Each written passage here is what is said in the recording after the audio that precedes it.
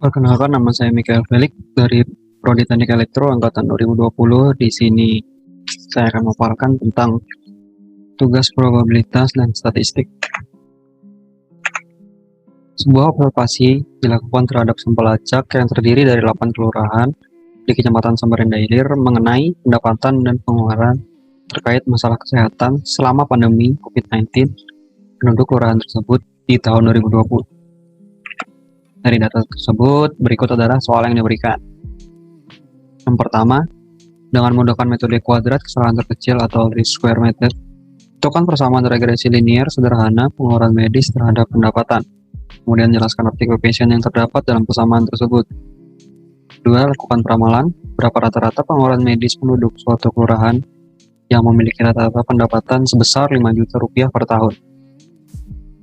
Yang terakhir, lakukan uji T dengan menggunakan alfa sebesar 5%, kemudian tentukan kesimpulan pengujian koefisien regresi tersebut. Berikut adalah tabel untuk sebelum saya dapat melanjutkan ke soal pertama. Ini adalah tabel yang akan digunakan. Pertama, kita akan mencari nilai B dengan rumus N dikali sigma XY dikurang sigma X dikali sigma Y per N dikali sigma X kuadrat dikurang sigma X dikuadratkan. Dari rumus tersebut, semua konstansa yang ada di rumus dapat kita lihat di tabel berikut. Dari tabel ini, saya dapatkan hasilnya adalah B sebesar 0,12. Maka berikutnya mencari nilai A dengan rumus Y bar dikurang BX bar dengan nilai Y bar sama dengan 3 dan B sebesar 0,12, nilai X bar sama 13,5, maka hasilnya didapat adalah 1,38. Maka persamaan regresi linier sederhana menjadi sebagai berikut. Y topi sama dengan A ditambah BX. Maka 1,38 tambah 0,12X merupakan persamaan regresi linier sederhana. Soal kedua,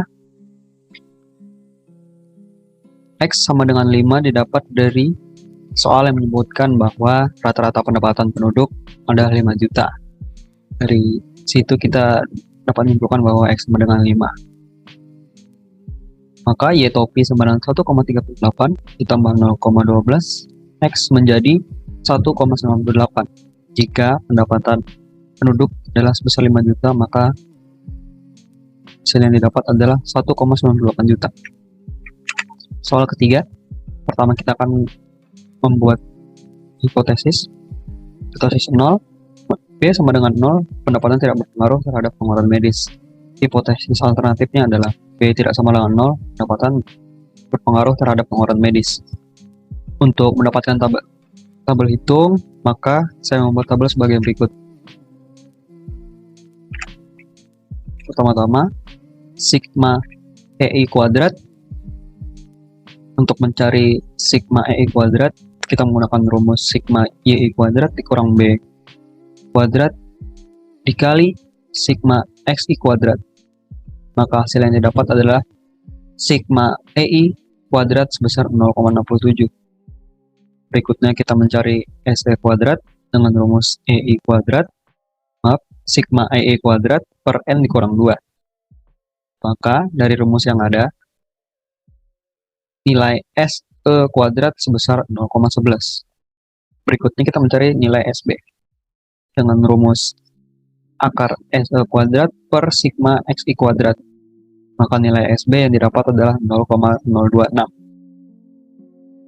Nah, setelahnya kita akan menentukan T hitung dengan nilai B per SB yang telah diketahui. Maka nilai T hitung adalah 4,615.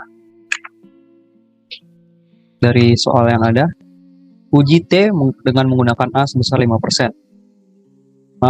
Alfa sebesar 5%. Ada kesalahan penulisan. Dari alfa sebesar 5%, kita ubah menjadi 0,05. Berikutnya T alfa per 2 menjadi 0,05 per 2. Maka T alfa menjadi sebesar 0,025.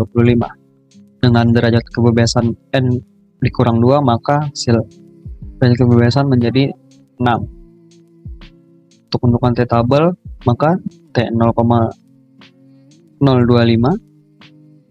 df sama dengan 6 didapat, maka T-tabel sebesar 447, maaf, 2447. Karena T hitung lebih besar dari T-tabel, maka hipotesis 0 ditolak dan hipotesis alternatif diterima. Maka pendataan berpengaruh terhadap pengeluaran medis. Sekian dari saya. Terima kasih.